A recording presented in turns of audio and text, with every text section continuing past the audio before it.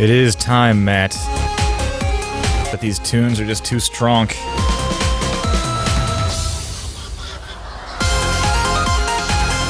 Way too strong.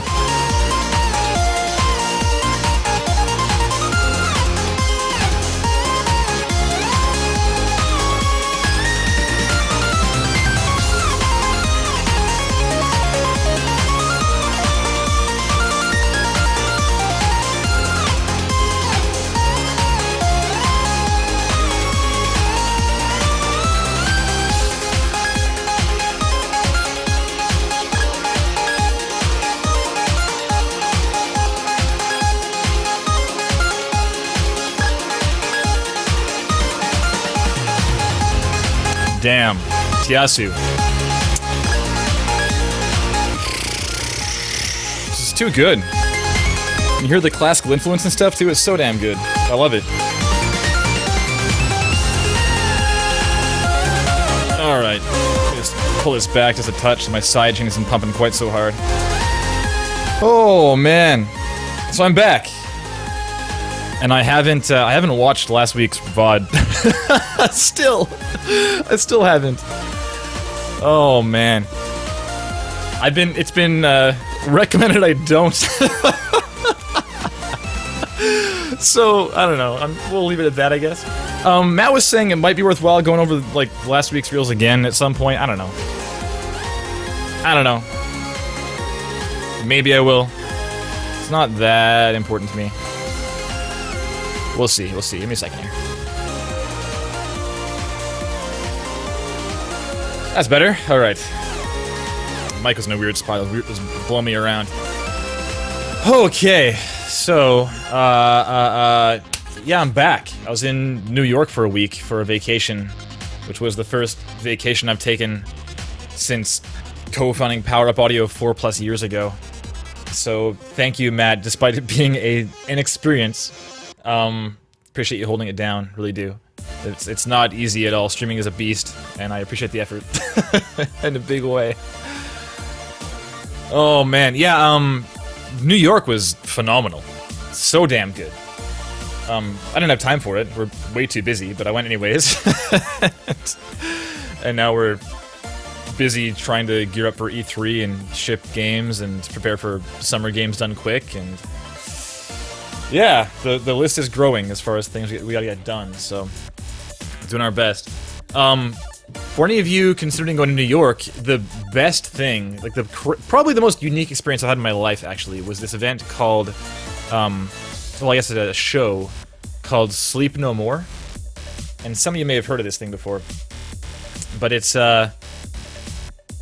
difficult to describe, but it's basically a free roam theater production that takes place in a 6-story warehouse, and you, like, all the observers, it's you and like 200 other individuals who are all watching the show, and the show is made up of a multitude of actors who are all doing things in their own spaces, and they have interlocking stories. They'll like move across to, you know, interact and have a scene or have a fight or a dance or something, and you can just be anywhere you want, and you can like stare at a corner for the entire time, and that's fine. Like, that's fair game. Or you can be on a person the entire time, or you can be like kind of just roaming and being in a room and just like seeing what happens in that room the entire time. It's very, very just open to whatever you want to do, and it's freaking crazy. And yes, so Joey says Colin, his long form story is insane. Yeah, I'll tell you one day, Colin. We'll have a chat, and I'll tell you the longer form story of what happened. But it's freaking crazy. I walked out of there and I was like, thank goodness that was a thing we did. Thank goodness. We almost didn't do it. And holy frick, Sarah made out with a witch? Really? Whoa. I know some of the witch characters. I chill with them a bit, but no makeouts. One character did usher me into a phone booth, ask if I'm tired of the hunt, and then kiss my neck and then leave. That's one thing that happened. But anyways, so we're back, and this is Real Talk again. We are very fortunate to be bringing on Ariel Gross, previously of Volition and BioWare, and now now is with QC Games, which I'm not super familiar with in terms of what they're working on and stuff. I don't know if the world is at all. Perhaps it'll be an E3 announcement. Who knows? But yeah, I'm pretty in the dark. I doubt that he'll be able to tell us much. My guess at least. But yeah, so we have Mon. We're looking at Anthony Morrissey and Brooke Yap this week. So I'm curious if Anthony Morrissey is in the chat. It's Count Morris Music. And also, Brooke, if you're here, he'll be killer. I actually didn't notify them again to be like reminder, so hopefully... Damn. Damn. Give me a second. Let's see here. Let's see here. In fact, let's see here. About me. Is there a contact page? Boom. Yep. Brooke. Hey, Justin. What's up, man? Good to see you. And Carl Z. And Bassmaster Flex. Good to see you. Husky.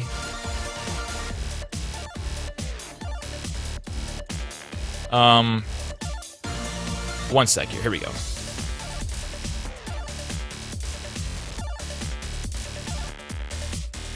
These tunes, though, holy frick, it's just so good. He's so good. So good. Man. Alright. So, if you are new to Real Talk, or perhaps I'll bring Ariel on first before I start talking about Real Talk. I'll kill off Tiasu. Sorry, buddy, and see ya. So let's get Ariel going, shall we? I actually, I watched a talk that he delivered at my first GDC, and it was one that I still recall, which is a big deal in terms of GDC talks in general. As I'm sure many of you who've been to GDC, there's hits and misses in a big way, and sometimes you really recall the bad ones, and sometimes you really recall the good ones, and it was definitely of the latter camp. So yeah, Ariel was at Volition working on the Saints Row series. He did some, I think his talk was on Saints Row the Third, perhaps. Just talking about VO stuff and like voiceover prioritization systems and all this stuff. It was super good. And also worked on, while at BioWare, did some work on the end of Star Wars The Old Republic, and towards the end of Mass Effect Andromeda as well. Helped out a bit there. And also he's been pretty deep into audio mentoring, the whole audio mentoring project. So I'll let him talk about that a bit more too. But let me just go ahead and dial him up. All caps. Let's do this. All right. Shall we? We shall.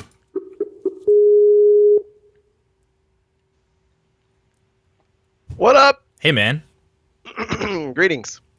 Thanks a lot for coming on the show. I'm so glad to be here. You're so pumped? I am super pumped. Sweet. Yeah. Ariel actually kind of graciously offered to fill in after we had a late cancellation. So on very short notice, like 2 days or something, he was like, let's do it! So that means a lot. Cheers, Heck man. yeah. Yeah. All right, so I was talking a bit about what you're doing these days. I'm probably safely assuming you can't talk about QC too much, right? I can't really talk about what's going on at QC. I can say it's an online action game for PC and consoles. I think that's as much as I can say. But Sweet. But yeah. Everyone's pumped. Man, look at this. Ariel, Ariel, everyone knows you. You're a rock star. Oh, I got to get... Yes, let me open that up. I'll bring the chat up? Hello. There's no pressure, man. It's fine. I'm Dr. Sleem in chat. You're Dr. Sleem? I'm Dr. Sleem. I saw you follow when you followed a while back, and I was like, Dr. Sleem, Yeah. sweet handle. It's Yeah, pretty good. what's up? Thank. All right, cool. All right, so you were saying you're pretty involved in the audio mentoring project, right? Yeah, thanks. So the audio mentoring project, yeah, we started that up at the last GDC. I guess that would be 2016, actually. Right, sure. And launched it before this year's GDC. And anyone that's listening, go to audiomentoring.com and sign up. There's nothing to lose, everything to gain. We just basically volunteers helping people, giving them guidance. So it's just, yeah, it's good. It's a good thing.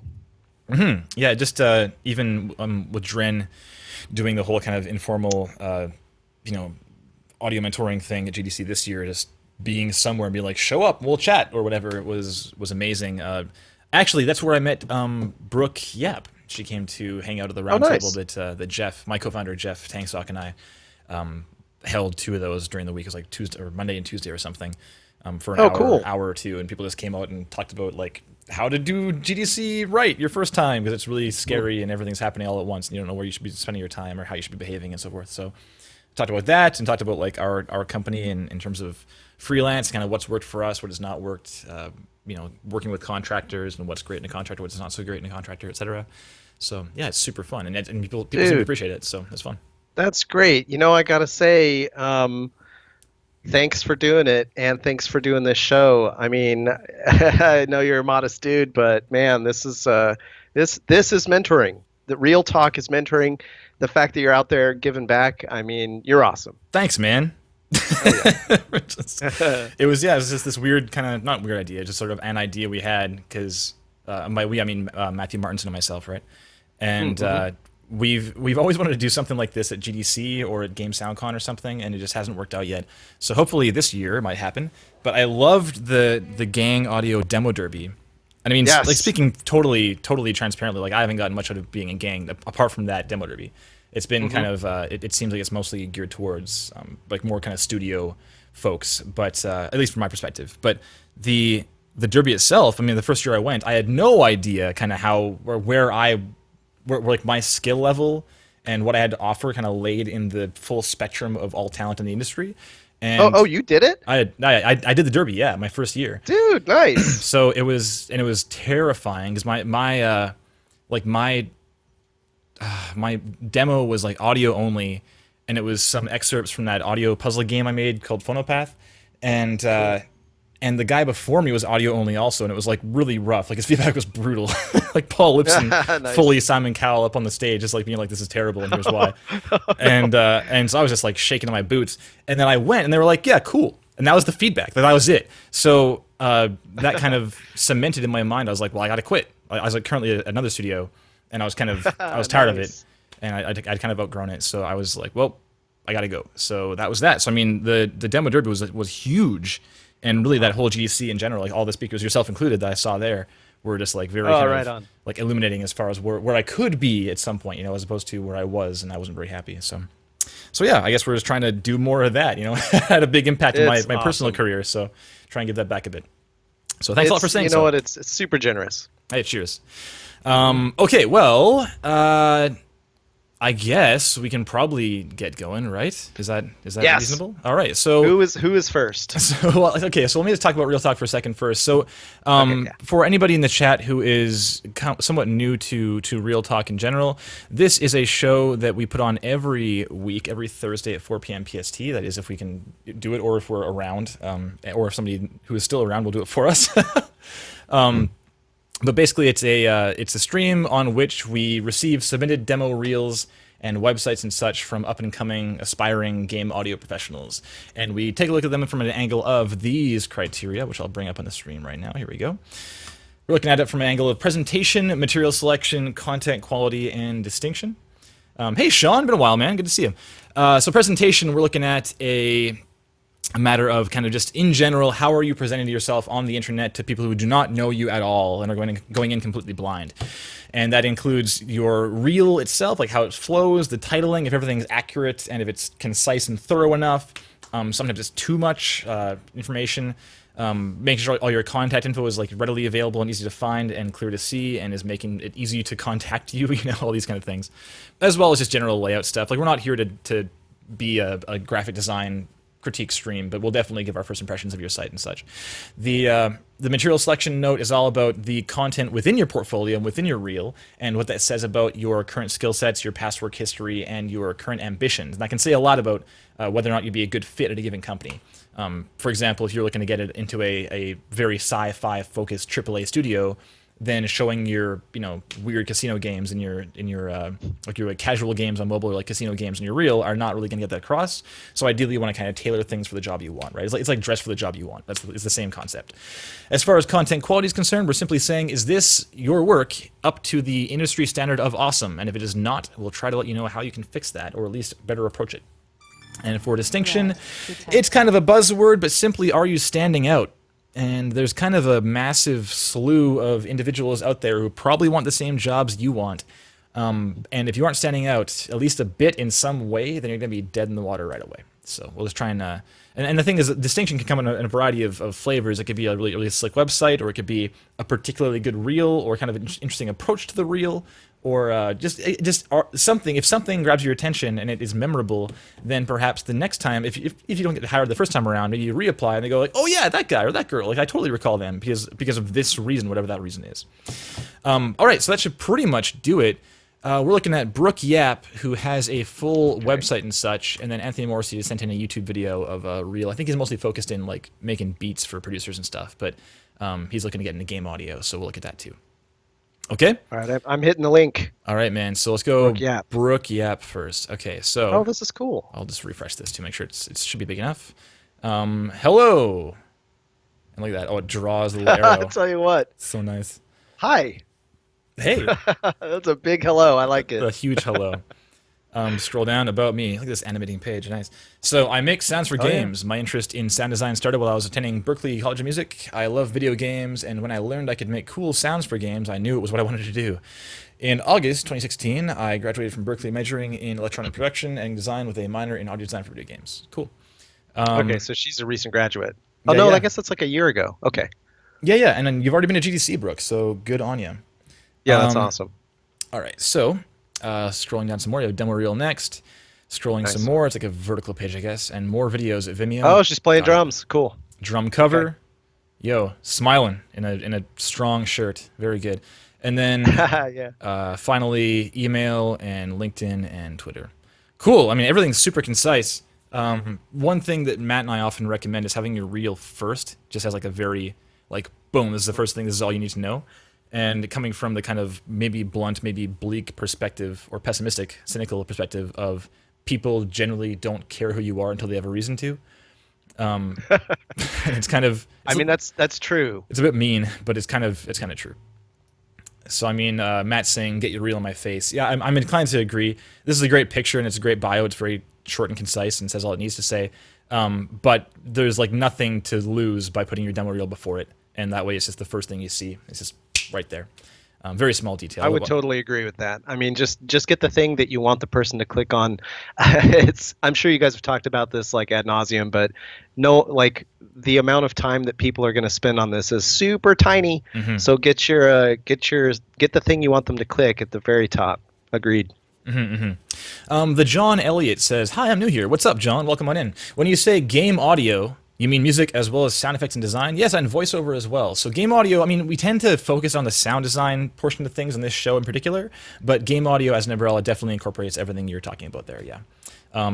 In terms of, it's really common. Well, it depends on the job you're going for, but usually people will specialize in one thing. Someone's like very good at sound design, they'll do sound effects for a game, or they'll do like the technical implementation of the sound effects and define things like relative mix levels in game or like basic logic to determine how things play back, or even like dynamic systems to change like how things play according to game states and circumstances.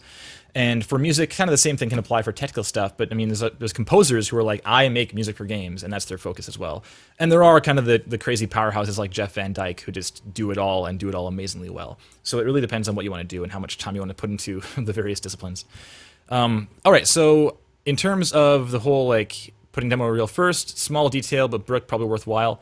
There's not much to look at here, and I like that. It's just very concise and saying this is all we need. In terms it's a cool background too. Yeah, I like it. Yeah, in terms of like the demo not being first, this is a pretty small problem on this page in particular because like it's not much to look at in general. But for some pages where it's like several tabs of content and the demo reel's in like tab 5, like that's like a much worse kind of example of that problem. But anyways, the simplicity is definitely good. I like it too. Yeah, super good. Like you were saying, that people are not here for long, so being able to just jump into the stuff that you want to show them really fast is good. However, this reel is 3 minutes long. Oh, it's 3 minutes. Oh, sweet. All right, well, it better be awesome. It better be awesome, says Ariel. Yeah, so before we even watch it, I'll just say that we generally, and the thing is, so it's been wonderful having perspectives from various individuals in the industry on the show because Matt and I, we generally push for like 1 minute being the sweet spot. What's your opinion on that, Ariel? Exactly that. I would say 1 minute. 2 minutes is... okay, so I guess I would say like you put something to snag the person in the first like 10 seconds. If you can hook them then, you got them probably for a minute. And if you're really killing it, you could maybe go 2. 3 seems pretty long, but it's possible. It's possible. But the thing about longer demo reels is that if the person who's listening is going to be navigating around in the timeline there, you want to make sure that wherever they land is still something awesome. And the longer your demo, the less likely it is that they're going to land on something you want them to land on. So yeah, 3 is a little long, but I'm going to reserve judgment. Totally. So yeah, 1 minute is basically Matt perfect. in the chat saying, "Give me 1 minute or give me death." Oh wow, that's a very strong opinion, Matt. Yeah. So Matt's saying as well. It's probably worth saying before we jump into the reel here that the more videos on Vimeo. Let's have a look at that actually. So we've got the sound design reel. That's the one that's on the main page. Then we have demo reel, sound design, music, and dialogue. Also 3 minutes long. Then Pacific Rim audio replacement, 2 minutes long. And then League of Legends trailer replacement, 2 minutes long. Ratchet and Clank, Mortal Kombat X, Until Dawn trailer, Persona Q, Evil Spirits Club, Big Mom. There's like a lot of stuff here actually. See all. There's more yet. Jeez, there's a bunch of stuff. Wow, here. she's busy. Yeah, good. And it's like 1 year, 10 months, 10 months, 10 months, 3 months. So I guess 3 months was the most recent one. That's on the main page. Okay, nice. Cool. So I guess we'll see how that compares to how this content here compares to the main page. So let's have a watch, yeah.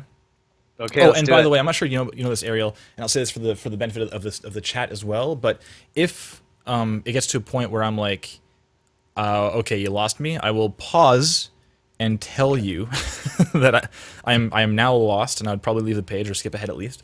But we will watch the whole thing for the benefit of the stream. Okay. Cool. So I guess we'll play in 3. Oh wait, I've turned my browser audio back up, and now we're good. Okay. All right, 3, 2, 1, and go.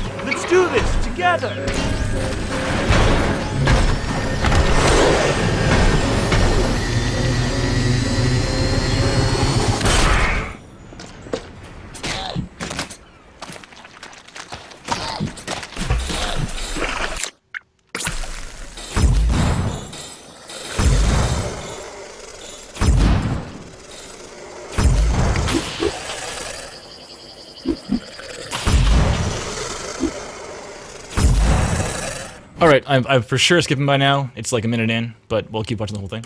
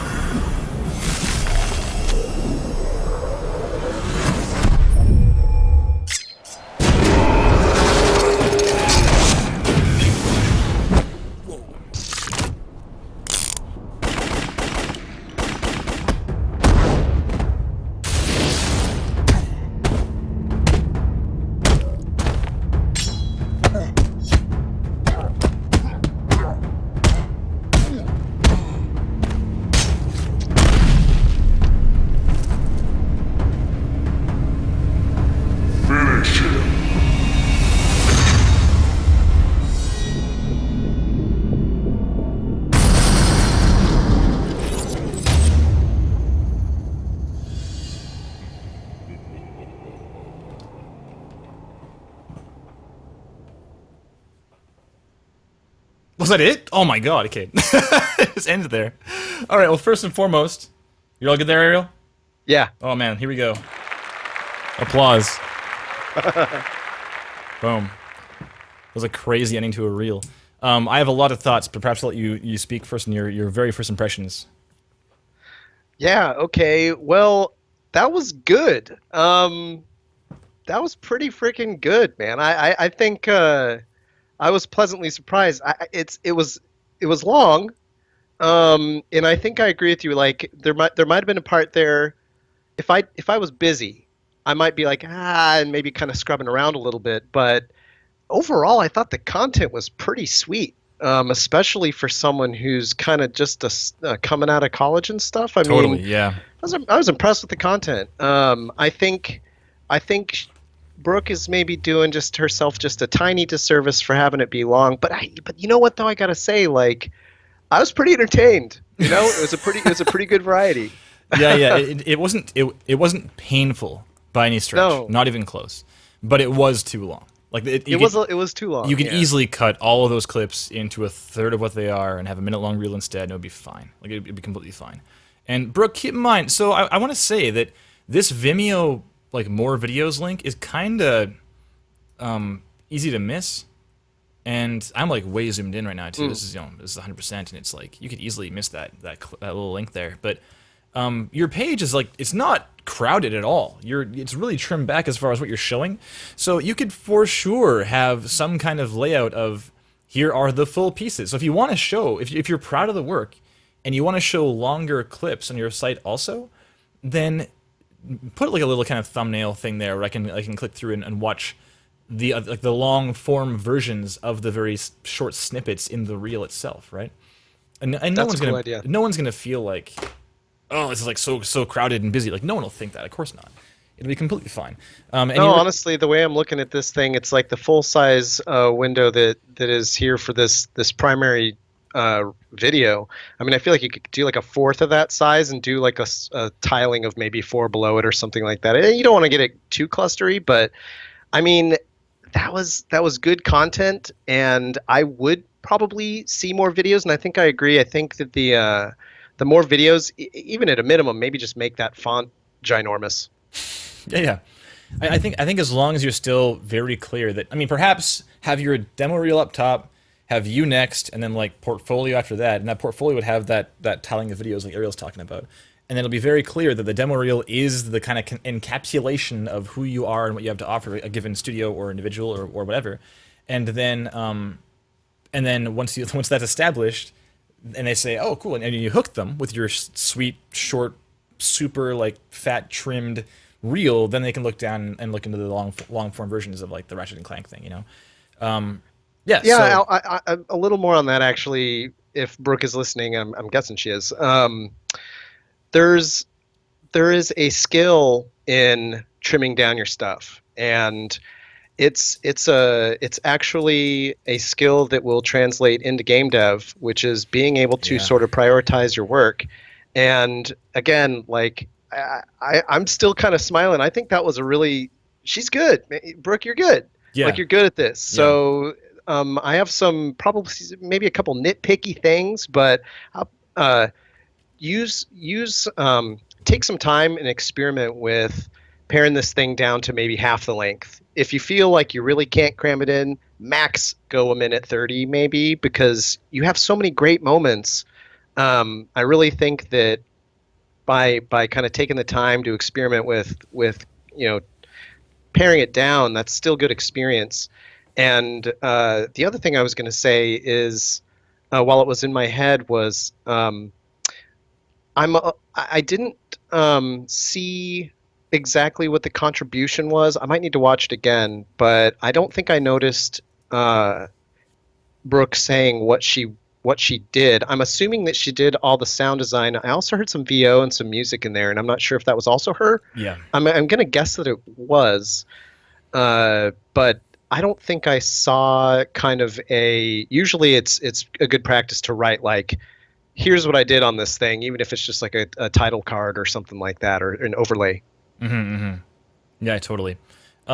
I think that so Matt's mentioning in chat right now. I want to just go over what Matt's saying. He's been mentioning a lot of like ambience and verb, and like you're saying, the things that for sure are missing, and things that I heard on my first listen, and that kind of jumped out to me as being very common symptoms of like someone about as far as Brooke is into her career, you know, and we can definitely talk about that like in ad nauseum, I'm sure, but the one thing that Matt says that I think is worth calling out is that compared to lots of reels that are quote missing or unfinished, like missing sounds or they're unfinished sounding, you know, like it's very common. It's a very like amateur thing is or rookie mistake is you say it's done and it's like not like not even close.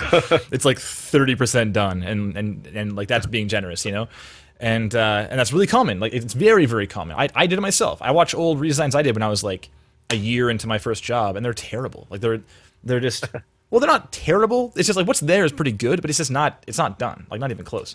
So anyway, I think that there's a lot missing here and there, but certainly not as much as usual for someone like her. So good on you, Brooke. Mm-hmm. Okay, so let's go through it kind of in terms of this criteria here. A lot of your first thoughts basically mirror mine, so I don't need to go over that again. But cool. Let me just press play again. I'm going to turn this down a bit. So I'm going to give some really quick just presentation points that are kind of like if we had like a frequently asked questions or whatever, or frequent problems, it'd be in that list for sure. So first thing we have info at the front. Brooke Yap, brookeyap.com. Brooke, you have your email right here at the bottom of your page. You're clearly fine with it being there publicly, so you might as well put it on your reel as well.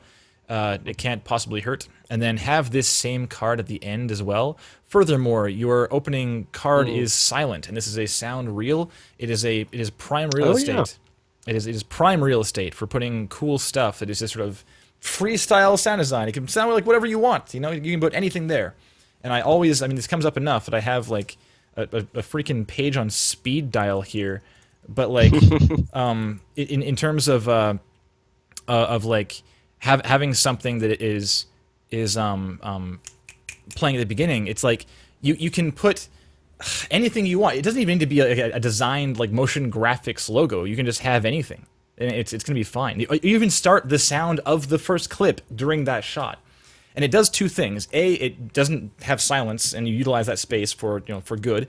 And furthermore, it helps establish what the volume level of that reel is right away. Because like Matt always says, is you might end up doing something like turning up your sound because you think it's like, oh, it's off right now. And A, you've immediately lost their attention because they're now filling with knobs. And B, they might turn it up and blast their ears off. Right? It's just sort of a dangerous choice. So recommended. Put sound there. First clip, we've got Brooke Yap's demo reel. I know that, Brooke. I'm already watching it. Sound replacement.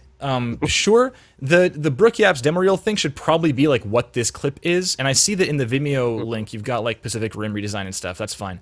But like that's what you should be putting there in that title instead, rather than like it's the demo reel still. So yeah, that's worth addressing.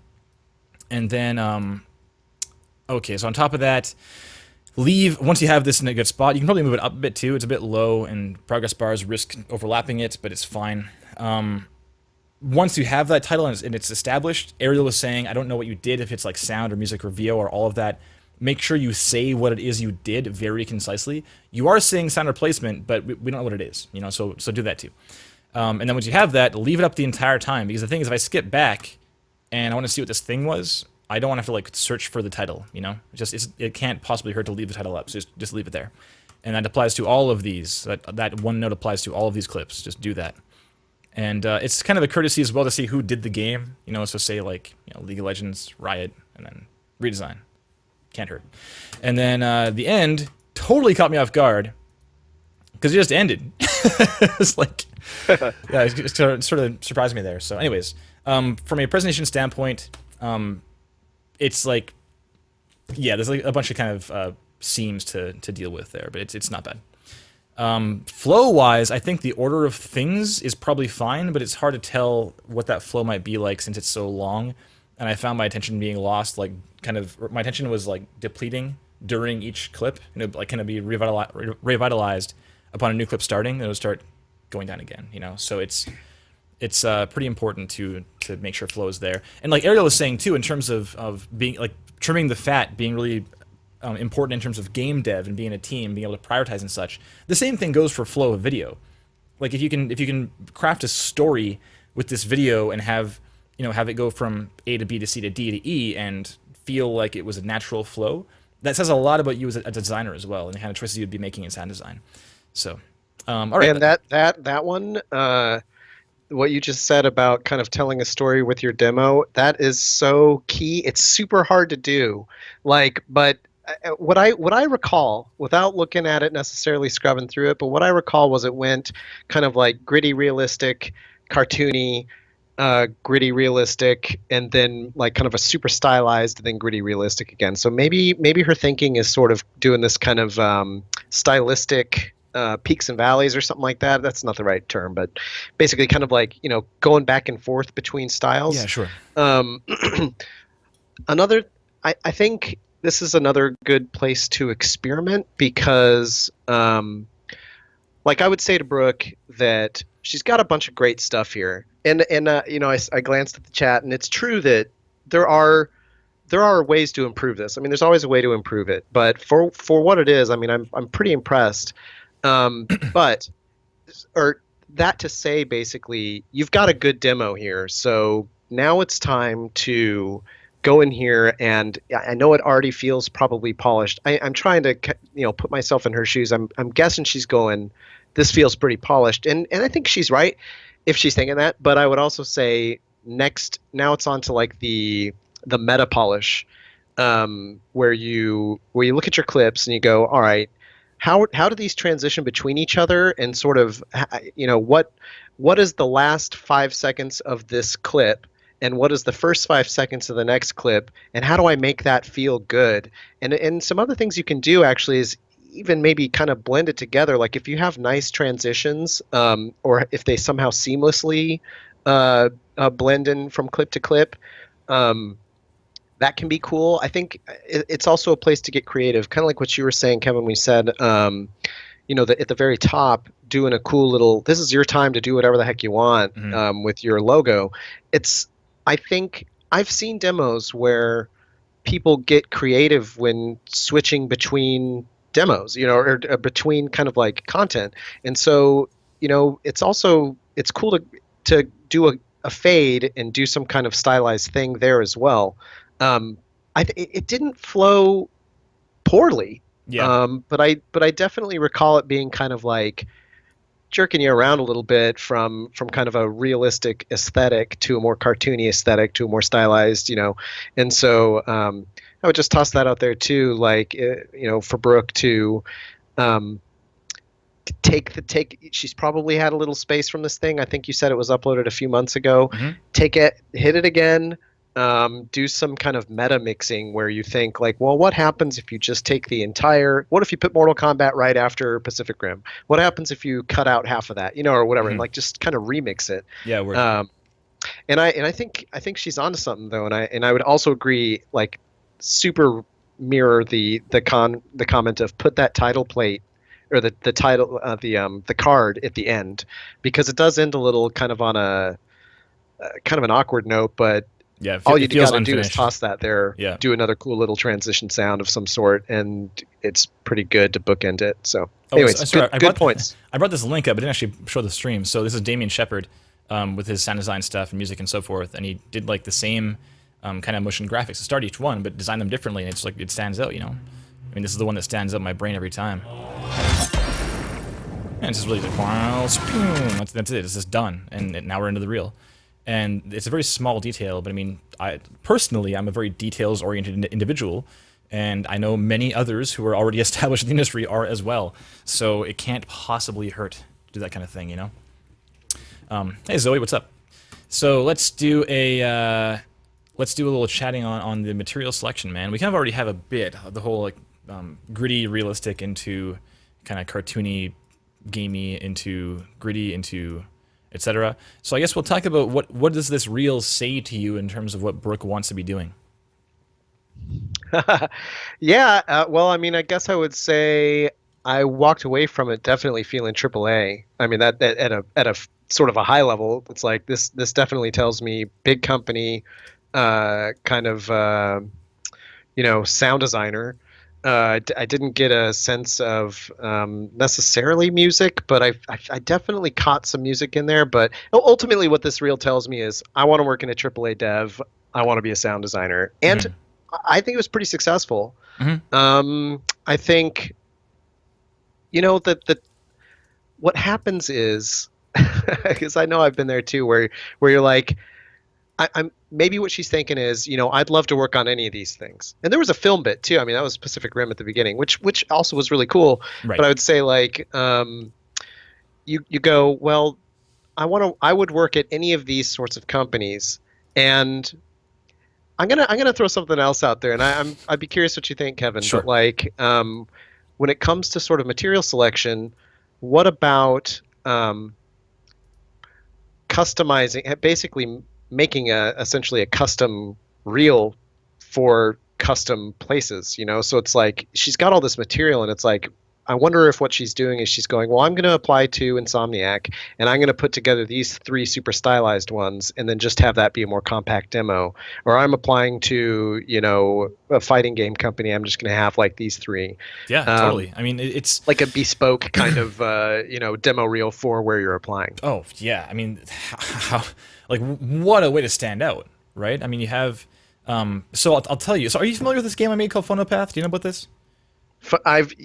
Only that you mentioned it. Right. So it's an audio puzzle game that I made just before my first GDC, and it's a game where it's like a web-based thing. It's on phonopath.com, and it's just like in Flash, and there's a bunch of levels that are all audio clips, and your goal is to find hidden passwords in the audio clips by doing things like signal processing and spectral manipulation. Oh, that's cool. And using knowledge of music theory and cryptography and that kind of thing. It's hyper nerdy and made for people like you specifically, man. So you might like it.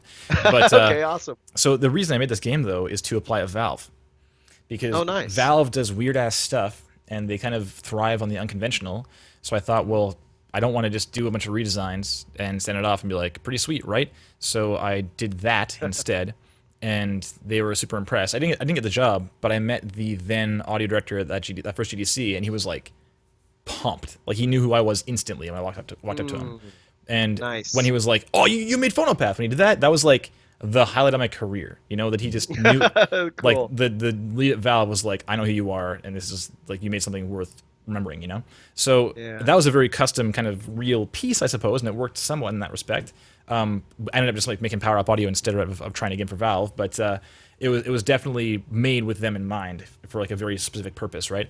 Similarly, Barney Oram, who's like alumni on Real Talk, is now working at Cloud Imperium on Star Citizen, and his reel is like sci-fi out the wazoo. It's extremely sci-fi, and I'm sure it did the job. I mean, he has the job, so that says something at least.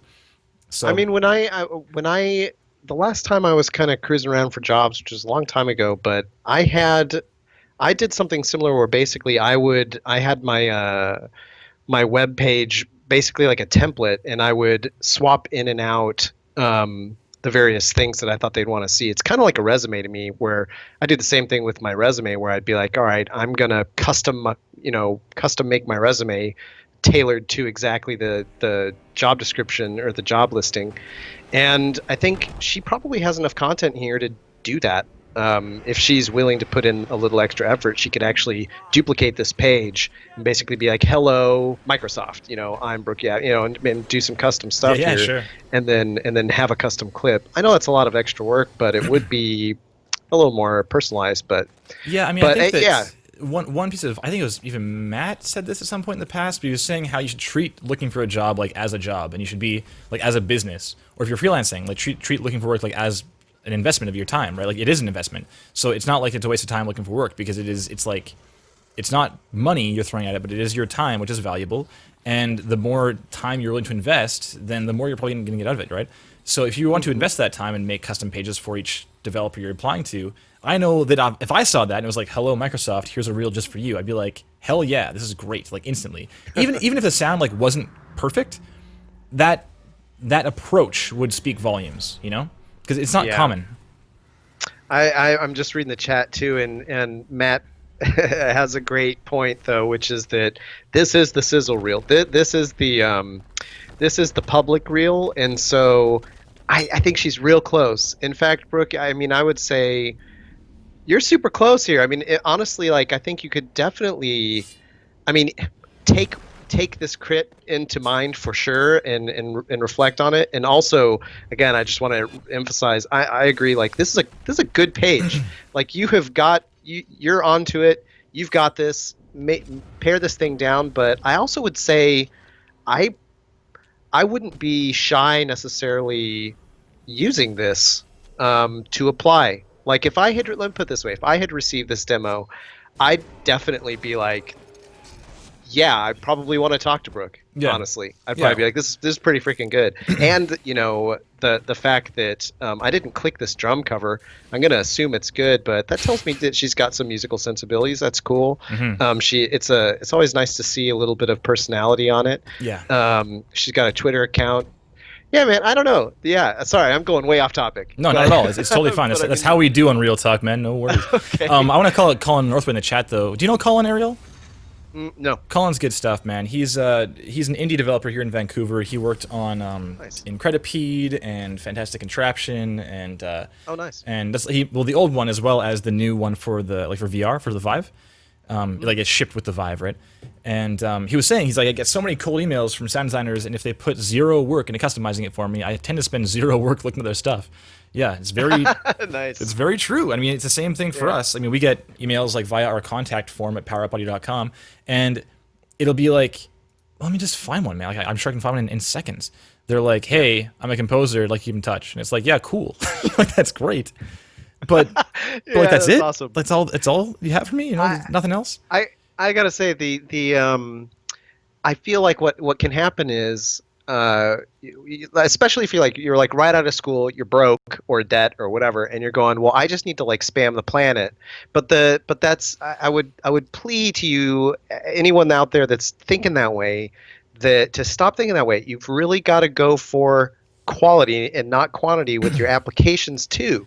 And so when you go out there and you're looking at potential jobs, like, have some dignity, think about the ones that you really want, prioritize those, and take the time, because it's really like think about what's at stake. I mean, like, theoretically this is like your dream, right? So so customize the thing, prioritize them, and spend some extra time like crafting something and going for the quality of your application experience, because they will stick out. Yeah. Like, we will notice when it's like someone who has thought this through and really wants to work there, and is not like, I really love your games. You could also be like, I really love these particular games, and check out my reel. It totally relates, and this is why I'm qualified. And it's better to go for quality than quantity when applying. Of course. Yeah. So I'm gonna call it again. So do you know Gordon McGladdery?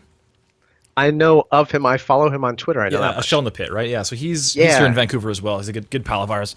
He actually did a lot of work with Power Up Audio when we started out, and we've since kind of both grown and having our own team. So it's pretty killer.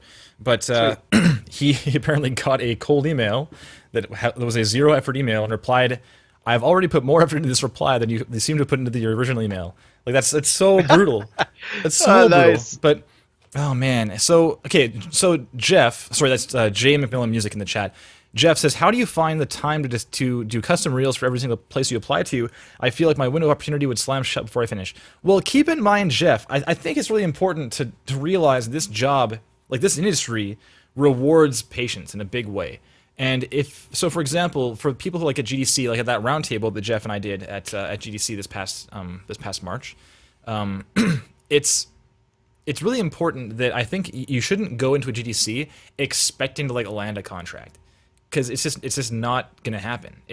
I've heard of it happening like once in my life, and typically what happens is you meet somebody, you have a beer with them, and then, or like a smoke or a chat at a table in the main conference center or something, or even like in line for a party. Like, it doesn't matter where it is, you'll just chat with somebody, and if you make some kind of human connection there, they will remember that, and then in the future they'll be like, oh, I'm making a game and I need music. Who do I know that does music? And if they liked you, that's step one, man. That's step one in a big way, especially if it's a small developer. But so it's not like you need to think, oh, I need to, like, my window of opportunity is open now, and if I don't land in there right now, it's like it's gone forever. And that's not necessarily the case. Because like hell, we get requests to work on some games here and there, and like via our contact form on our website and such. And like we don't have time, like thankfully we're busy enough that we don't have time to do it right now. And when that happens, guess what we do? We refer. So it's just being visible and not thinking like I need to like get this job right now, absolutely, or else there's no chance of me ever like qualifying for a position ever. This is not the case. And the thing is, if you find that you're doing more and more custom reels, you will simply amass more work, and it's not like that custom material is now lost because you wanted to apply at Bethesda and your like medieval thing is no good. Well, guess who else is medieval? Like a lot of other companies. Like you could probably still. Kevin. Oh God, I have to say that is so. Dude, you are dropping the wisdom big time. Dude, you have got to play the long game. And the way here's the thing, Jeff. I think I might have met Jeff. Here in Austin. I might be wrong. The name definitely sounds familiar. But the thing about it is you have to be thinking about long term. You can't go, here's a gig I want. Now I'm going to throw together a demo. I mean, that's just, that window of opportunity is like infinitely small. What you have to do is you have to start building up your like treasure chest of badass content that you can use in various different ways. And so like with if you just look at Brooke's demo here, I mean, she's got a pretty wide variety of stuff.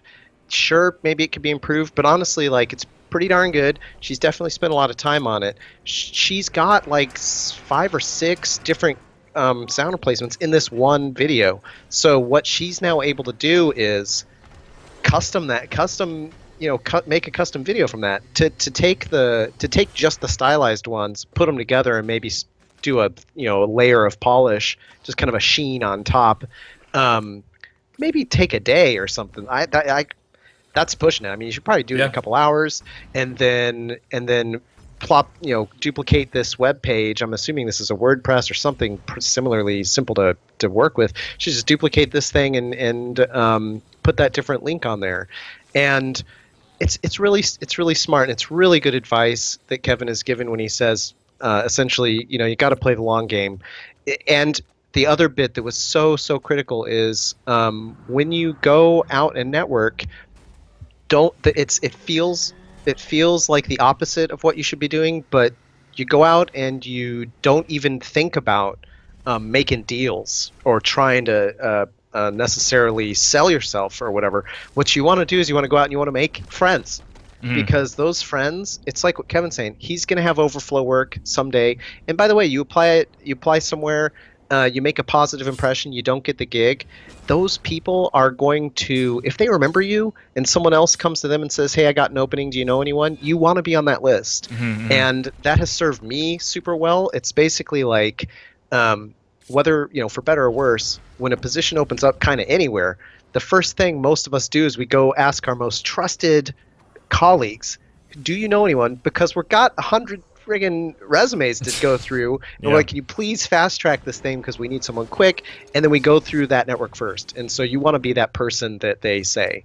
And the way that you do that is by playing the long game, making genuine friends, genuine relationships with people, being authentic, and doing your best, and meanwhile, though, when you go home, you got to really grind on as much content as you possibly can to build up this like store of badass stuff that you can use at a variety of places. Totally. Like hell, I've recommended like people on Real Talk, It's like that's awesome. Someone who's like, yeah, my budget's like not super high. I try someone like find like an up and comer. I'm like, yeah, I know a lot, Here's someone. Here's opportunity. But anyways. Oh yeah. All right, man. Well, let's carry on here. Let's talk about this actual work here, and there's a lot to talk about in this reel. So I want to talk about some specific space to improve. So I guess the first thing I'll say is that, like we were saying before, as far as things missing, there are like way less things missing than typical for a reel of this type, like from someone like you, Brooke. And by like you, I mean at the same point in your career that you are, or something similar. So this reel, though, there's a lot of things that stood out to me as being kind of like a bit of kind of like rookie mistakes. And the big ones are in terms of perspective and like space. And so, for example, I'd hear reverb on things. In fact, here I'll play it right now. There's one I recall hearing that was kind of weird, and I'll see if I was correct in thinking the first time around. But there's this little section at the end of this first clip where this it's like a cargo container falls down. Yeah, it's right here. Here we go. So I'll press play. It's like a 20 seconds ish, Ariel. All right, yeah. So there it is. This big cargo container falls down to the right-hand side, and this was noticeable enough for me to hear it the first time through. I was like, okay, that was a problem. But in terms of if you're going for a realistic, gritty style, then you really got to be kind of aware of what that would sound like. And you can then, of course, embellish upon that. But there's certain rules, like what the world sounds like, you still kind of need to respect a lot of the time. And if you aren't respecting it, it needs to be very intentional. And I suspect that was not intentional. So I'll press play one more time. Listen to where the container is.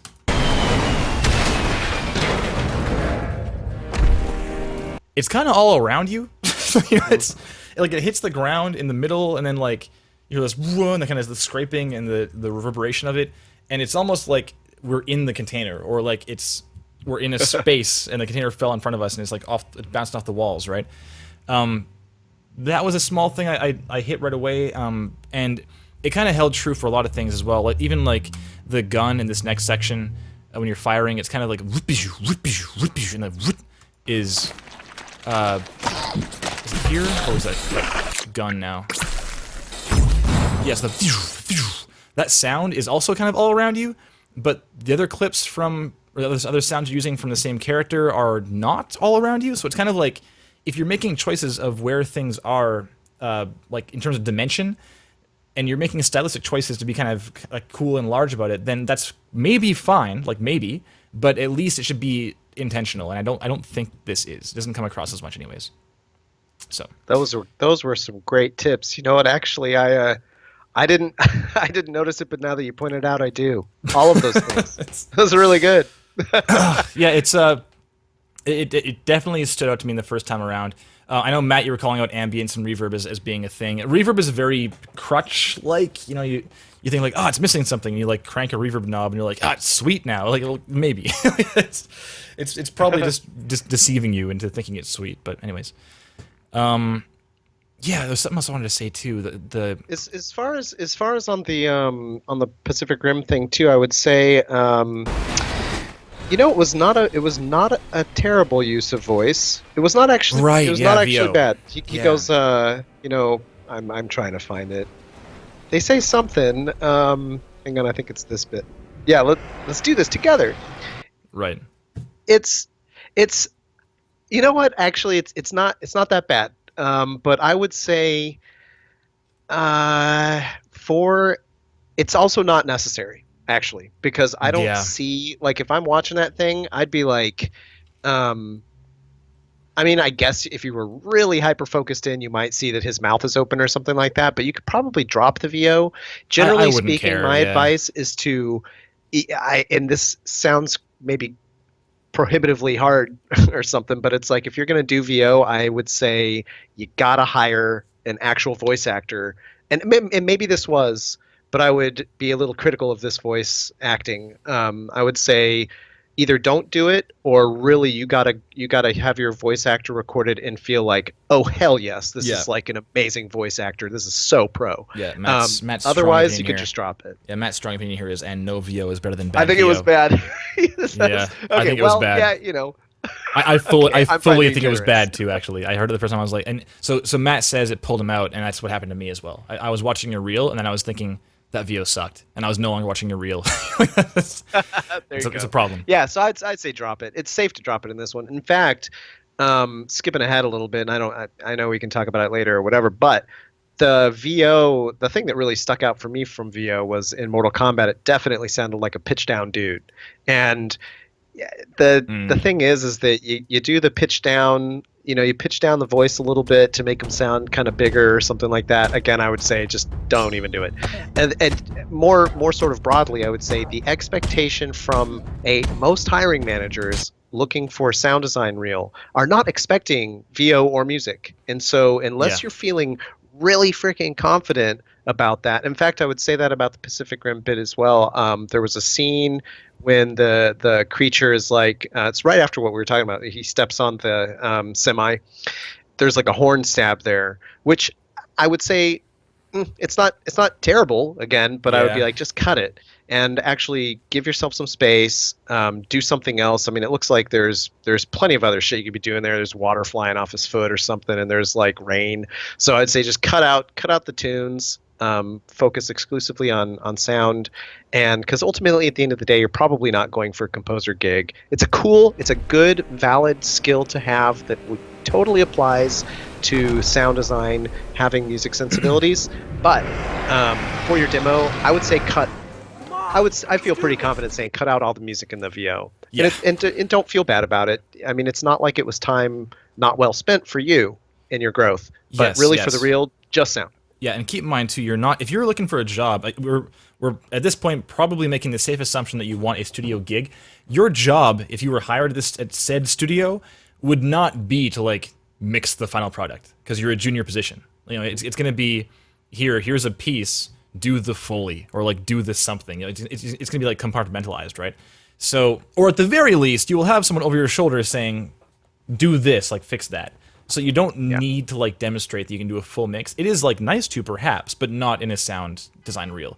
People want to know that if sound needs to be relied upon entirely, that you can fill those shoes, Truth. Okay, so let me just glance at here's some other stuff really fast. In fact, let me just watch it through some quick skipping, and we'll see if anything else pops out as far as like weird sound stuff from a technical perspective. I got one actually. Sure, go for it. Or I'm probably gonna mess up your viewing, but and I'm trying to figure out what it is. But there was something that happened going into the Rocket League clip that felt weird. So we're watching. I guess that was Ratchet and Clank. Man, I'll tell you I'll tell you what my impression was, and I just recalled this is that I think the ball felt like a side note to the action, just in terms of creatively. Like the impacts were like, bah. Nice.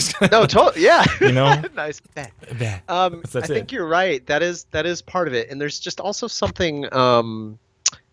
Is it maybe that there's some kind of effect that she's maybe using to try to simulate the space that's thrown me? It's hard to tell. There's something, and this is so not super helpful, but there's something strange.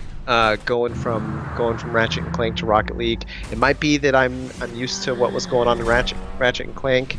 It could definitely be that the ball is a little lackluster. Actually, you know what I would say honestly? Even though there are some really cool engine sounds and some cool kind of flippy amp modulated kind of whoosh cool things you got going on there, I would actually say probably that's a cuttable bit. I would probably cut Rocket League from this demo. That's just my opinion. Okay. Yeah, I think that my impression was that it seemed very generalized. Like it is like a stylized piece, and there's slowdowns and stuff like that, and these hero moments happen. But just the design in general felt like it was kind of like blurring. Like there's some motion here. And you're like, oh, okay, I'll just put this thing that like washes over the motion, and that's fine. And like maybe not. There's one clip when he kind of hits the brakes and spins around. Let's see this one more time. Crank it up. Right. Yeah, that part. So the at like 123 or so. Yeah. Like that. I hear it. Yeah. I'm not entirely sure what that's tied to. If it's like a car like behind the camera or something. It doesn't seem like that's what that car should sound like in that case. If you're like slamming on the brakes and then jumping forwards. Yeah, that's a good point. We do say a lot that what separates good design in like trailers and redesigns from great mature design is that good design tends to focus on what's right in front of the camera, and it's like this sounds like this, and it probably does. But the great stuff is when you focus on things around the camera. So perhaps if that was something behind the camera, that's cool. But I would argue that what's in front of it is not like the priority in the mix is perhaps a bit askew. In that what's in front of me should be way more important. Like the things that are away from, like off camera are important to have in the mix, but it's not more important almost like ever. if it is higher in the mix, there should be like a damn good reason for it, right? So in this case, this like you hear the brakes, yes, but then, but even the brakes seem kind of also like the sync is weird. They squeal for too long. There's also some missing bits. Like I feel like at that point where you were saying so he does this right after. You know what I think is partly missing is like right after that bit that we were just looking at. There's like cars flying through the air with the rockets, and I'm not feeling the rockets. I don't know. This whole scene seems like it needs like almost kind of another pass, honestly. Like another kind of detail pass where you really think it through and think, how do I make this really kind of shine? Right. It was one of the more weaker bits in my mind. Yeah, totally. And Matt's saying the brakes and engine don't match up. Yeah, that's what I'm saying, Matt. Is like if that engine was like a different vehicle we can't see, then it would be fine. But like, it's not obvious at all, right? So it's hard to say. Yeah, there are some cool elements there, though. Yeah, I don't want to completely shit on it because there are some really interesting. I like her transitions; they're cool. There's like those fluttery kind of flybys and stuff. They're neat, but I think it needs another pass. Yeah, I think just in terms of detail, just making sure that if you have like big whooshy like washy things, they can be cool to have. If it's like a big slowdown sequence, to have a big washing whoosh or something like that, it can be really really sweet. But just don't rely on it too hard. Take that time and really dig in deep and hit those details as hard as you're hitting the broad strokes. Okay, so let's talk about the very last two clips really fast, and we'll jump into Anthony's time here. So we'll just finish off this bit. Okay. We'll go into, I guess this next piece is, I can just sum this up. Like everything that is designed in this piece with the blades and such is all fine for the most part, but there's just so much missing in terms of movement. And this goes for Mortal Kombat as well, actually. This is the same note as the broad strokes and details. So, for example, I'll play like 5 seconds, and I'll play it confident that it will come up.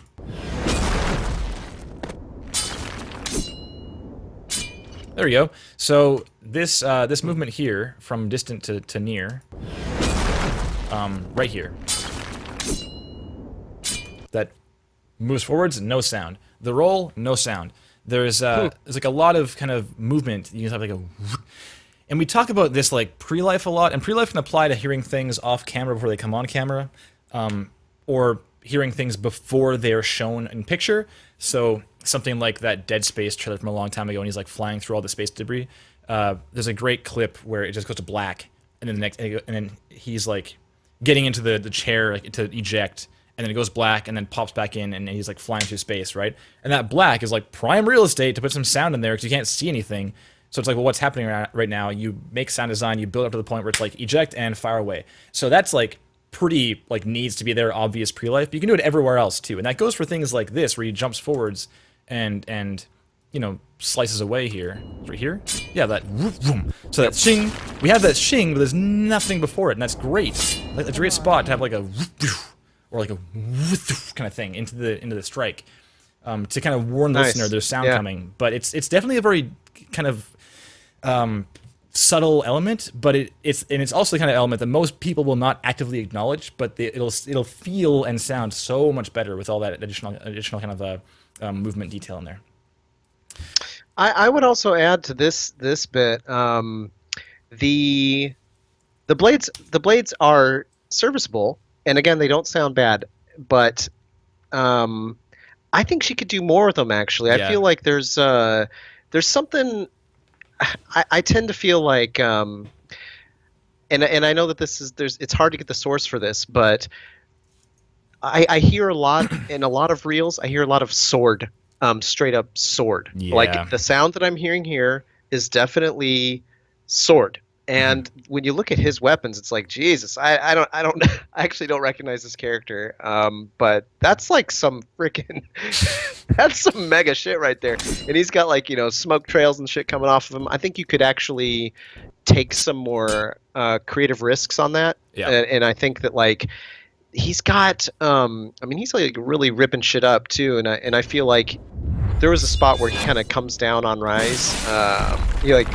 It's at like 153 or something like that, and it's almost like you hear this like real quick little whoosh and a quick scrape, and it's like again, if I would say to Brooke, like with this dude, also you're working on a game that sounds friggin' incredible, so you got to Right. you got to Yeah. you got to really up it.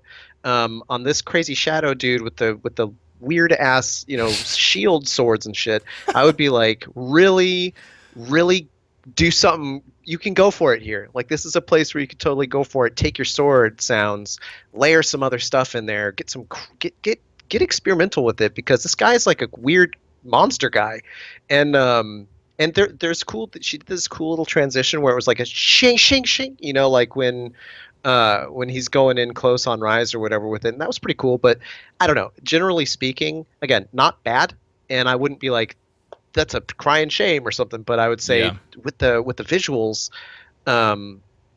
go for it. That's a chance to really kind of do something a little more risky with a sword sound, because Yeah, you do want totally. a sword sound in there, but like I think you do something kind of more interesting with it. Yeah, this seems more like sound editing than sound design in a lot of places. Just Mm-hmm. like taking a thing and putting it here and being like, "Yep, we're done." And it's like not. Oh, that's Yeah, a good point. Yep. yeah. It's not really design at that point. It's just sort of like you're taking stuff from a library and being like, "Yep, sounds pretty cool." The John Elliott. What's up, the John Elliott? Swords is one of those sounds where we got used to something that doesn't happen. Yeah, the whole like the unsheath thing, right? Yeah, I know. Yeah. It just sounds like it doesn't sound anything. It doesn't sound powerful at all in reality, but it's fine. There's like YouTube videos of swordplay purists who complain about the representation of sword sounds in movies. It's like, yes, It's we like know, guns where we every know. time they move the gun, there's like, it's getting cocked or whatever. Yeah, exactly. It's like everything, yeah. Yeah. So ridiculous. That's fine. All right, so let's see here. If we just go ahead to the next section, and as far as like movement stuff, it's through all this stuff too. There's this clip where he's like flying forwards. I'm just gonna pause each time something's missing. So, okay, no roll, and then no movement there, no jump back, no landing. No movement, no Foley looking back with the arm movement. This is a very stylized piece. You can go like a whoosh with his hand even. Just have every movement has a little whoosh on it. It'd be nice. Rise has also got this big ass scroll on his back, and you could probably be doing some interesting paper stuff. I don't know. I in my imagination that could sound cool. I wouldn't say like just go do it, but like because he's got a big huge scroll, and I feel like he's moving around a lot. You could have something that could be a place to add something kind of textured and interesting. Yeah, word. Okay, and then like Persona is really stylized and pretty cool. Actually, I like this piece a lot. But Oh, is that what that is? Okay, I've never played that. yeah, it's cool. But similarly, there's a lot of reverb here that seems like it's there just cause, and I feel like you should be more intentional with it and have it there for a damn good reason, kind of thing. I gotta say, I really like pretty much all of her UI sounds. Yeah, it's cool. I wish there was more Persona actually. I think it's a really strong piece, and it was different than all the like cinematic stuff otherwise. One thing we haven't mentioned is there's no freaking implementation in this reel, and I wish there was. Oh yeah. Well, it's all sound replacement. That would definitely be another next step. That would hurt. That would hurt you compared to others in a big way. And we'll talk about that in a second. Actually, as far as distinction, it's probably worth being like done talking about content quality stuff, because the same notes apply to Mortal Kombat. This like the big like whooshing sling hit here when he throws him down. Here we go. Nothing. Oh, the chains, right? Nothing there. No chain sounds. It's a problem, Brooke. So let's go into distinction here. So I think you've already said that she's standing out in terms of like at her level. This is like pretty damn good, right? Yeah, for a junior, I would be like, hell yeah. I honestly like, to me, what I see in this, especially after talking through it and thinking about it, I would say this is a person who is honestly ready. They would need a good leader to help them grow. But Brooke, you have a ton of potential. You have a good demo reel here. I think out of so many of the demos that I had seen, it stands on its own. I think that I would like what I was saying about the LOL stuff is kind of like I think you're good enough here that you could probably start taking some creative risks and doing pushing things a little further. I would say that about Mortal Kombat 2. It's all very literal. I'd say go ahead. You've got so much interesting, good content, especially for where you're at, that time to push yourself a little bit. But I would say just standing on its own. Really nice looking website. The more I look at it, the more I really like it. I think the background's freaking great. Totally. And I think it's very clean. You're presenting yourself well. By the way, definitely got what it takes. I think her site matches her business card too. Actually, come to think of it. Oh, no kidding. Which That's cool. Which is a big thing. I like that a lot. Like showing brand awareness and being really solid, that kind of thing. Oh man. It's again those small details, the points of polish, they go a long way. Yeah, so in terms of the implementation thing, being redesign only will probably hurt you in the long run. I know that I can almost assume that if you sent this to a studio and they said, yeah, it's great, the but would probably be, do you have examples of you working with like in-engine stuff, like doing tutorial work in like Unity tutorials or in Unreal Engine 4 or in Wise with like the demos that are out there as far as games you can modify and put your own stuff in there. That is the kind of thing that you would likely be expected to be doing at least being aware of how it's done before getting a job at a studio like this. It's for sure going to be something. And the thing is, a lot of developers, a lot of designers who are up and coming and doing what you're doing will have those kind of that knowledge base already kind of building. Maybe not like built, but it is certainly, they've indicated they have an interest in it, whereas your site does nothing to indicate that at all. And that's probably at least a problem, or at least somewhere to look at improving. I think too, like actually, and I've mentioned this to other kind of people starting out, is boy, Brooke has so much content. She has so much stuff here. I'd be like, just take your Ratchet and Clank thing and implement it in Wise and do a quick tutorial. There's like really easy kind of low cost, low barrier to entry kind of things that you can do when you have this much custom content that you've made. In fact, like I think even the what could be really interesting is taking the Pacific Rim stuff and tossing it into Wise and being like, here's how I actually take a linear piece for it that I made for film and cobble it together into something that would actually work sort of interactively. There's so much interesting content here. I think she's probably got enough stuff that she could at least do a little Wise tutorial with what she already has. Mm-hmm. Totally. So I want to just call this last thing before we move on to our super late start for Anthony Morrissey. But sorry, that's fine. It's all right. We're talking about good stuff. So John Elliott's asking, how would implementation fit into a 1-minute reel? I feel like it should take a while to explain how something works. Yes, it should, and that's why your reel serves as a 1-minute encapsulation of what you have to offer. If you hook people at that point and they want to dig deeper, then it is on you to have something for them to dig into when they want to dig deeper. So if you have that like 15 seconds of, here's the thing I did like in Unreal Engine 4, if they're like, oh sweet, like we have a game in Unreal Engine 4 coming up, this is interesting, I want to know more, then ideally you'll have a video somewhere that's like, here's 5 minutes of me explaining what I did in Unreal Engine 4. But starting with that, like leading with the 5 minutes of that is like, it's a bold move. It's a very bold move. Mm-hmm. So I went to Timur Aminov's page here, and here's a great example of something that stuck out in my memory. So Game Audio Reel is a pretty good length. It's 1:17. And in this reel, we've got recording and sound design, we've got audio implementation and so forth in Unreal Engine 4. They're all here, and the titles say so. And I say, oh, cool, what did he do? We go elsewhere. I go to his project or his redesign or wherever it is, implementation, and I can look into this video he did on Unreal Engine 4 and how there's like a sci-fi lobby. And right away we hear, hello, Timur here. Welcome to this demo of the... Hello, Timur here. Welcome to this demo. And he walks you through it. So, and I totally watched this thing. I was happy to, you know? So that's how you do it, John. Let's go ahead and do this. Yeah. Thanks a lot, Brooke. Yeah, I gotta say, that was a great thing to start on. It's very good. It's very good. Ultimately, it's really good.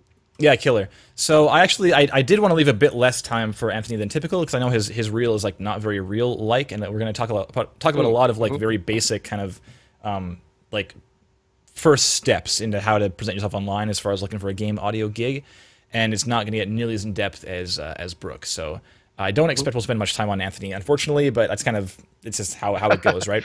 So oh well. Yeah. I got something right out of the gate. I don't know if you already opened it up. I'm sorry. I'm on it, man. I'm on it right now. But the name of I mean, first of all, oh dear, I'm sorry. No, man. The name of this video needs to be better. Anthony, if you're listening, that looks like a file name. And also, what you really want to, the first frame problem. Yeah, Kevin, I'll let you hit that one. No, okay. So the reason I felt pretty confident leaving less time for Anthony is that because of the name of the thing. Well, because it's not a website; it's a link to a video only, which is not great. It is also a file name video. It is also 2.5 minutes long, and I skipped through it. It's the same thing for 2.5 minutes long, and furthermore, the first frame of the video is clearly a capture of the Full Sail University website. And this is like steps on how to make your video, and it's like name the video, and there's the file name right there. We can see that was the naming convention. So this is a massive problem. And the thing is, so generally, and perhaps Anthony was unclear on this, and I want to be very clear that this is, I'll just assume that it's just an oversight, right? So keep in mind that on Real Talk, we generally encourage people to send their things into us as if they're applying to us, like to a studio, and we're like being the role players in being the hirers at that studio, and we're giving feedback on kind of what our impression is of your work. So that said, this is like not what you should apply to a company with. This is it comes across as very amateur and very student. And the thing is, I have mentioned it in past episodes of Real Talk that some reels come across as very student, and it's mainly because I see the same things over and over again, like from Leonard Paul at the School of Video Game Audio, and from VFS here in town, we see the same damn thing over and over again from people who went there, and it's not like the worst thing, but you just get tired of seeing it, and once you see it like 40 times, it becomes difficult to be fresh with it. So it's a problem. But this is like the next level of obviously school, because we're looking at frame 1 and it says Full Sail University right there, right? So it's a pretty big problem. Got a Fiverr tab open. I would say, Anthony, not to be harsh, but seriously, this is I mean, honestly, even having this on Real Talk is not necessarily great, because if I were to get a YouTube link and expect that that's my demo, if I got this at a job, I would shut it down real fast. And I would also say, by the way, Anthony, if you're listening in the future, you should watch a couple episodes. If you're out there kind of trying to get your stuff reviewed, check out some, if you can, check out what other people have done on those episodes. Like you should have definitely watched. I don't know if you did, but I would definitely watch a few episodes of Real Talk before submitting your stuff, and think to yourself, is what I'm going to submit in line with even the tougher sort of reviews? Because this is even kind of risky. We got a bunch of people watching this, and I guarantee you a lot of the people here that are watching this are in positions where they can, make references and remember names and things like that. And I'm not trying to spook you if you're listening, but I would also say, though, like, take yourself seriously, at least in terms of your online identity, how you're kind of representing yourself here. I mean, honestly, you've got an empty profile pic. It says Count Morris, and then it's a beige, silhouette. The file name's wrong. Before you go out there and you start spreading your work around, you need to go out and kind of look at what other people are doing, and otherwise this kind of stuff can actually kind of bite you in the ass. Yeah, it's worth saying, like, in terms of the distinction note, we were saying earlier that if your work or just your presentation of yourself, whatever it may be, some element stands out. So for me, for example, Timur Aminov's wonderful layout of his site, having a great reel followed by a great kind of breakdown of what he worked on. When I thought of that, when John Elliott asked that question, the first thing I thought was Timur Aminov. Like, that's the first thing I thought. And that says a lot. It's not like I have that like on a cheat sheet on a spreadsheet beside me right now. I just thought of it in my head, right?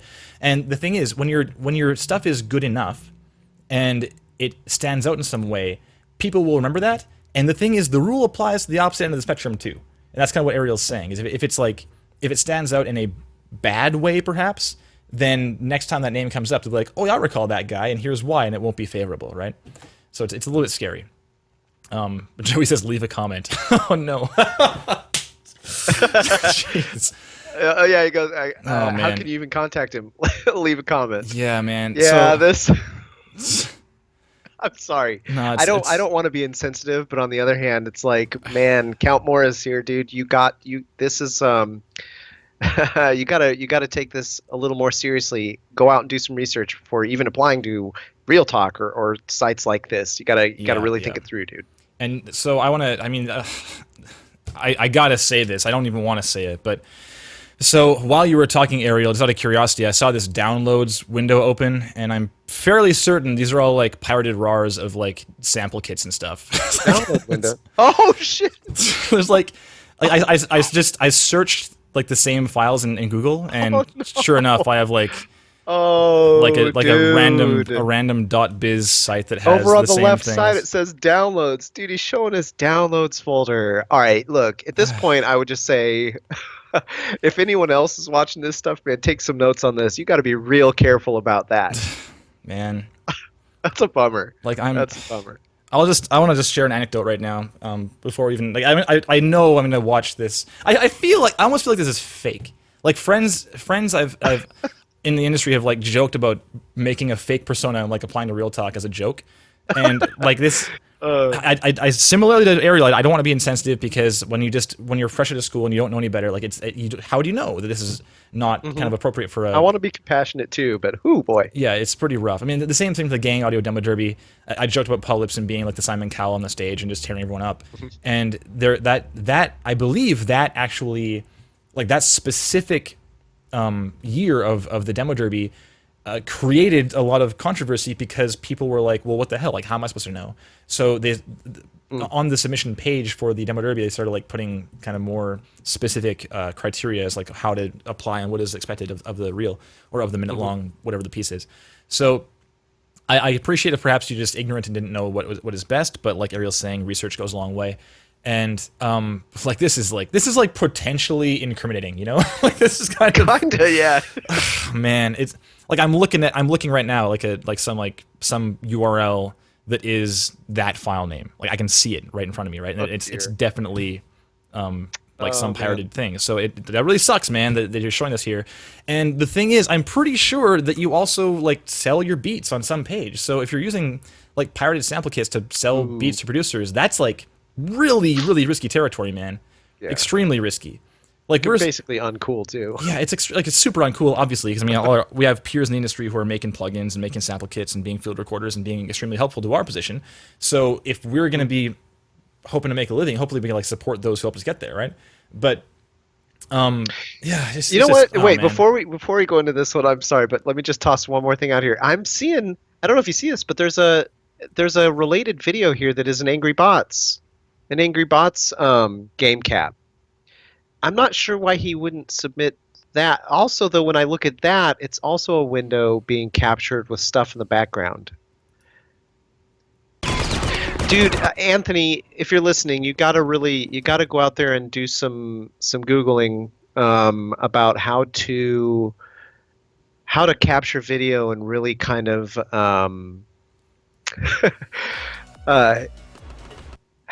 man, I'm not sure. This kind of pains me. I'm sorry. I really want to empathize because we all start somewhere. But boy, take a look at what Brooke did and think about it.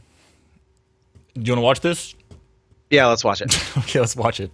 I thumbnailed it and just scrolled through the same thing for 2 minutes. I'm not gonna watch the whole thing, man. I'm gonna tell you that right now. That's okay. But we'll press play. Here we go. So 3, 2, 1, and go.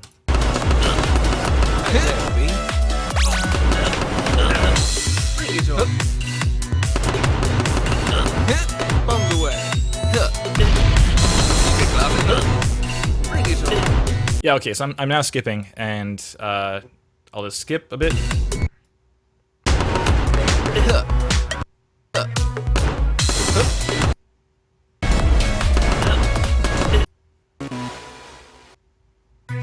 Oh, what was that? Here, let's see.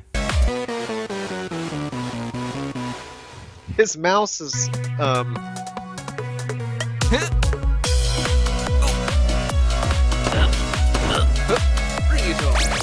Yeah, okay, I'm good. So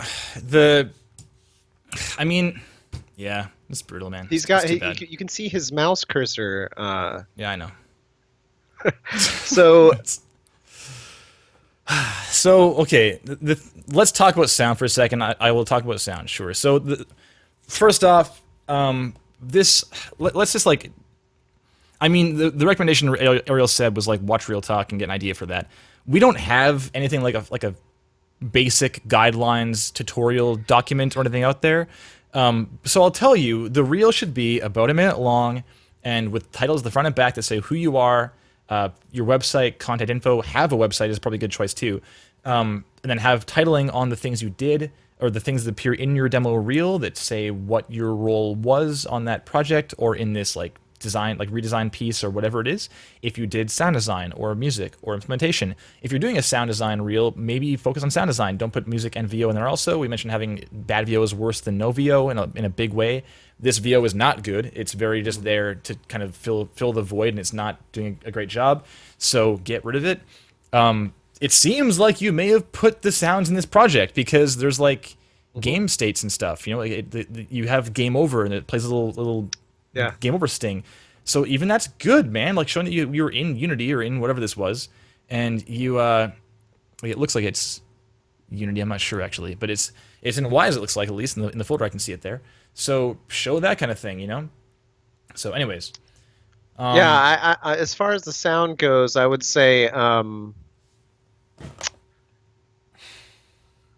I feel like with this demo, the best thing going for it is that it's real foot. There's no way this is a sound replacement. You know what I mean? Like, it's kind of what you were saying, Kevin. It's like the best part about this is I see development build in the bottom right. I'm assuming you implemented this stuff. Same thing goes with kind of like angry bots, although that's just speaking to Kevin's earlier thing. I mean, you see that a lot. But the implementation is there. The audio, this is one of those moments where I want to be honest and just say, Anthony, you got a long ways to go, man. I think go out there. You need to go out there and read some tutorials. You need to Google like game audio tutorials, or Google game audio GDC talks, or go on to Twitter and do a hashtag game audio and learn, because this is one of those things where I don't want to mislead. I think it's most helpful actually at this point to say, like, if this is what you're putting out there, you have a super long ways to go, and you got to practice a whole lot more. And the sounds of the guns, the sounds of the little elements, the sounds of the guns are repetitive. The sound of like a bomb falling, and it sounds kind of like the camera flash and all that stuff. We've come a long way since then, and I would say another thing that this person would benefit from is take some time to analyze some other games. I feel like honestly this is like way early. You're way early even in your sort of journey into understanding game audio. So a lot of us, I mean, obviously I think we're driving home the point of like, dude, you gotta there's a lot here that's sort of wrong with this demo, and I would never discourage anyone from getting into this field, but I also don't want to, you know, sugarcoat this. Like, you got a super long ways to go, and you got to really start digging in hard and like really practicing a ton. Spend all your time really thinking it through. Start engaging with the community. Talk to some people, because this is very early. Like, you probably are not going to get any jobs, any mobile jobs even. I feel like this feels mobile-y to me. And it's not just, and I don't mean to say like mobile jobs even, but I'm saying like, there's a lot to do here. You're at a very, very early stage of development in terms of your game audio skill, you know, and tools and things like that. So at least that's how it's coming across. So I would say you're kind of at square one. Really go dig and learn. Read Gama Sutra. Read everything you can. Watch a ton of Real Talk, and get out there and start getting involved. Everyone can do this, but you have a ways to go. All right. That probably sums it up. You know, and I care. I'd be happy if you want to reach out to me and talk and get some guidance, you can. It's so easy to find me on the internet. Reach out. I'll talk to you. You know, I'm happy to help. But this is, you got a ways. True. Okay. Well, I mean, I'll throw one of these out because it's tradition. And grow a beard, says NVK sound. Yeah, it's +1 to game audio. I mean, that always helps. Yeah, +1 to game audio. I think that's probably enough. I don't think we need to talk about that anymore. It seems like it's pretty pretty concise as far as what needs to be said. So, okay, man. I guess I'll just end it right there and say thanks again for helping out, dude. Dude, my pleasure. Thank you so much for having me. I'm super grateful that you're doing this thing. Honestly, I'm honored to be part of this thing. So thank you for having me. Jeez, you're too kind. Way too kind. No way. You're awesome. Oh, all right. You going to E3, man? I'm not going to E3, but I'm definitely going to be at GDC next year. I really wish I should have gone this year, but I will be there next year. So if anyone wants to meet up, I would love to meet you. It'd be great. Yeah, totally. Okay, man. Well, I guess I will let you go. Any final thoughts you want to share before you head out? The only thing I'd say is to anyone watching this stuff, like, keep at it. Get in touch. I'm honestly happy to talk to anyone about anything, pretty much game audio related. Every time I put myself out there, I say, don't be afraid to get in touch with me if you have any questions or want to chat about any of this stuff. And keep watching Real Talk. All right, man. Thanks a lot. Oh, yeah. Hopefully I'll see you soon. All right, I'll talk to you soon. Yeah, later, man. Bye. Well, how freaking awesome was that? What a guy. That was killer. I am glad we left a bit less. I kind of safely assumed it would be safe to like not reserve a ton of time for that second reel, but I mean, hopefully that's all taken to heart, and and if he wants to improve and go farther with his career, then I would fully support him, obviously. But yes, deal with all the things that we mentioned. Deal with all those. Let's go ahead and close this. I was considering doing an FMod Studio update stream here, but I think I gotta get some of this stuff done here, man. I'm pretty damn busy with pre-E3 stuff, so I may have to just piece. But there was an FMod Studio 10905 update, so if you want to look into it, then here it is. Boom. And I will for sure go through this myself, but probably faster than it would take on stream. So I will call it right there. I'll turn my sidechain freaking on, get Tiyasu going on again, because he's so goddamn good. I'll put the link in the chat right now. This is W hole. Boom. So good. Hidden or entangle, was it? Oh my god. It's too good. It's just too good. So thanks again to Matt in the chat as well, and everyone else hanging out as always. Thank you for coming on by. And thanks, like, even folks who are not in game audio, like Colin Northway, for example. Thank you so much for hanging out, man. That means a lot. I guess I will see, hopefully, some folks at E3. Oh, and by the way, I'm at E3 next week, so I don't know what the hell's going to happen with Real Talk. I might just push it a week, because I'm too busy to worry about anything else. It'll be the first week we missed since, like, last June, so it's not so bad. Alright. So, cheers, friends. I'll see you soon.